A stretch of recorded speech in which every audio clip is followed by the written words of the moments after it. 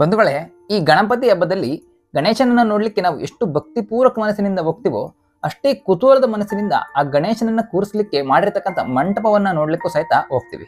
ನಾವು ಎಷ್ಟೇ ದೊಡ್ಡ ಗಣಪತಿಯನ್ನಾದ್ರೂ ನಮ್ಮ ಆರ್ಥಿಕ ಬಲದ ಮೂಲಕ ಒಂದೇ ದಿನದಲ್ಲಿ ತರ್ಬೋದು. ಆದ್ರೆ ಈ ರೀತಿ ಒಂದು ಅದ್ಭುತವಾದಂಥ ಮಂಟಪವನ್ನ ತಯಾರಿಸಲಿಕ್ಕೆ ಅದೆಷ್ಟೋ ಭಕ್ತಾದಿಗಳ ಇಚ್ಛಾಶಕ್ತಿ, ಮನೋಬಲ, ಭಕ್ತಿ ಮತ್ತು ಅದೆಷ್ಟೋ ದಿನಗಳ ಪರಿಶ್ರಮ ಖಂಡಿತವಾಗಿ ಅವಶ್ಯಕವಾಗಿರುತ್ತೆ.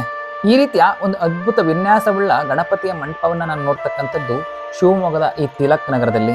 ಪ್ರತಿ ವರ್ಷವೂ ಒಂದು ವಿಭಿನ್ನ ವಿನ್ಯಾಸವುಳ್ಳ ಮಂಟಪವನ್ನು ತಯಾರಿಸಿದರೆ ಹೆಸರುವಾಸಿಯಾಗಿರ್ತಕ್ಕಂಥ ಈ ಭಕ್ತಾದಿಗಳು ಕಳೆದ ಬಾರಿ ಧರ್ಮಸ್ಥಳ ದೇವಸ್ಥಾನದ ಒಂದು ಪ್ರತಿರೂಪವನ್ನು ಸೃಷ್ಟಿಸಿ ಆ ಧರ್ಮಸ್ಥಳದ ಗರ್ಭಗುಡಿಯಲ್ಲಿ ಗಣೇಶನನ್ನ ಪ್ರತಿಷ್ಠಾಪಿಸಿದ್ದರು.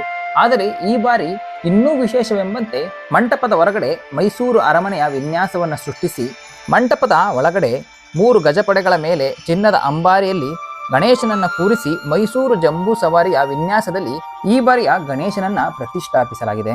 ಅದರಲ್ಲೂ ಬರುವಂತ ಎಲ್ಲಾ ಭಕ್ತಾದಿಗಳು ಆ ಚಿನ್ನದ ಮಂಟಪದಲ್ಲಿರುವಂತ ಗಣಪತಿಗೆ ಪುಷ್ಪಾರ್ಚನೆ ಮಾಡುವಂತ ವಿನ್ಯಾಸವಂತೂ ಸಾಮಾನ್ಯ ವ್ಯಕ್ತಿಗಳು ಗಣ್ಯ ವ್ಯಕ್ತಿಗಳಂತೆ ಭಾವಿಸುವಂತೆ ಮಾಡುತ್ತದೆ. ಈ ರೀತಿ ಪ್ರತಿ ವರ್ಷವೂ ವಿಭಿನ್ನ ಕಲಾ ವಿನ್ಯಾಸವುಳ್ಳ ಮಂಟಪಗಳನ್ನು ರಚಿಸುತ್ತಿರುವಂತಹ ತಿಲಕ್ ನಗರದ ಗಣಪನ ಈ ಭಕ್ತ ಗಣಕ್ಕೆ ನನ್ನ ಧನ್ಯವಾದಗಳು.